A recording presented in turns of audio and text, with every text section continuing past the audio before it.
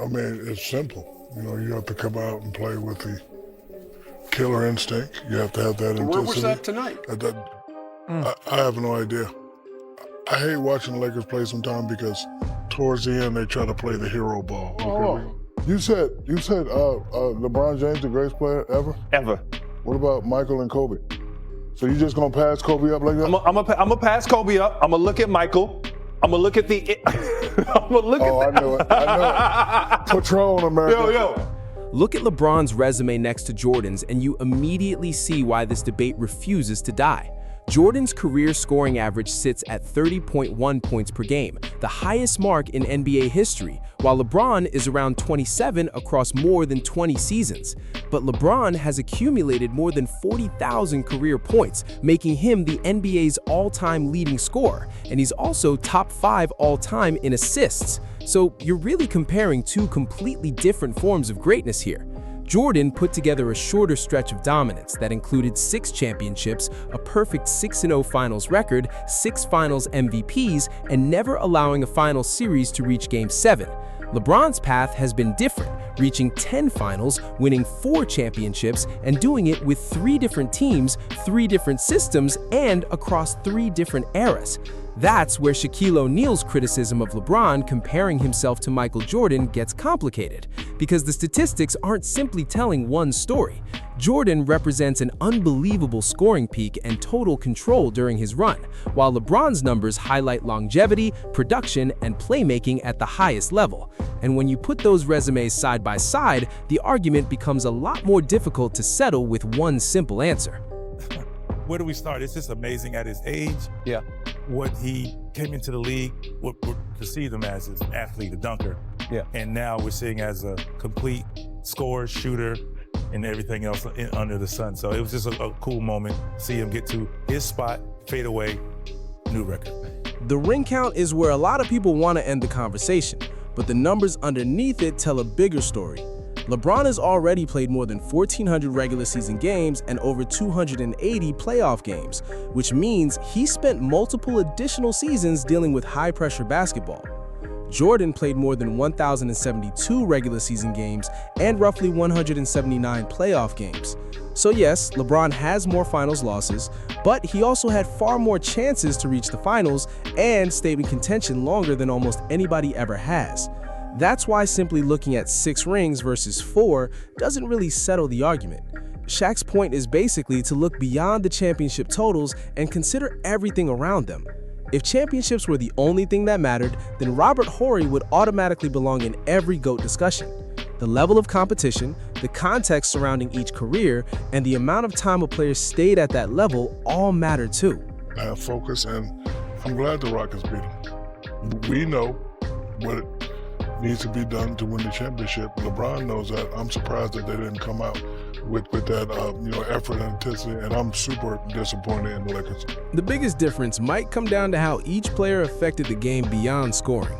LeBron has maintained roughly 7 rebounds and 7 assists per game for his career, while Jordan was around 6 rebounds and 5 assists. That gives LeBron a clear edge as an all-around creator, but Jordan's defensive resume is stronger. Jordan won Defensive Player of the Year and made 9 all-defensive first teams, while LeBron had stretches of elite defense without maintaining that same level consistently throughout his career. And that's where this comparison becomes more complicated, because their roles weren't identical. Jordan was the scorer and closer, the player expected to take the big shot when everything came down to one possession. LeBron operates more like the entire system, controlling the game, creating opportunities, and sometimes making the pass instead of forcing the final shot. So what you value most can completely change your answer. Even the advanced numbers don't make this debate any easier. LeBron owns one of the highest player efficiency ratings ever, right alongside Jordan, while his higher win shares are helped by the sheer length of his career and the total team success he has contributed to. But Jordan's best seasons remain among the most dominant stretches basketball has ever seen, with him looking nearly impossible to stop on both ends of the floor. I'm gonna say one thing to you, Max. I don't know the numbers like you do. Michael Jordan is what in the finals? 6 and what? And what is LeBron in the finals?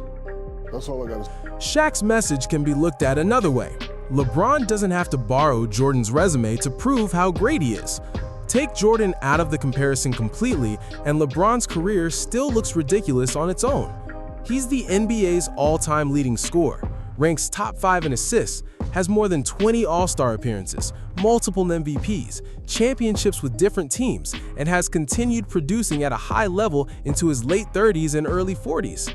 That's why forcing one definition of greatness onto every player misses the point. Jordan's greatness was built around dominance and consistently finishing the job, while LeBron's has been defined by adapting, evolving, and remaining near the top for far longer than many expected. So when Shaq says stop comparing, that doesn't have to mean LeBron isn't great. It can mean LeBron is accomplished enough that the Jordan comparison isn't necessary anymore. Different careers can represent greatness in completely different ways. LeBron passes up Kareem Abdul-Jabbar in points, and he will this year. Will that make him the greatest player ever? An interesting question. Every LeBron playoff exit seems to become another Jordan argument, with every missed shot and every loss getting dragged into the legacy debate. That's the cycle Shaq appears to be challenging, because LeBron's numbers already tell a remarkable story without needing Jordan as the measuring stick. Once you separate the two careers, the comparison starts looking less like a direct competition and more like two completely different versions of greatness. Jordan represents the peak, while LeBron represents the marathon. Jordan was the perfect storm, and LeBron has been the constant force. But here's the question that keeps the debate alive. If LeBron eventually finishes with something like 42,000 plus points, 11,000 plus assists, and 11,000 plus rebounds, does that outweigh Jordan's perfect finals record and scoring dominance? Or does Jordan's perfection still carry more weight than LeBron's extraordinary longevity? That's the part nobody can answer for you. So where do you land on Shaq's message? Should LeBron finally be judged without Michael Jordan as the comparison? Or are these numbers exactly why people will keep putting the two careers against each other? Because when you really look at the statistics, they don't actually end the debate.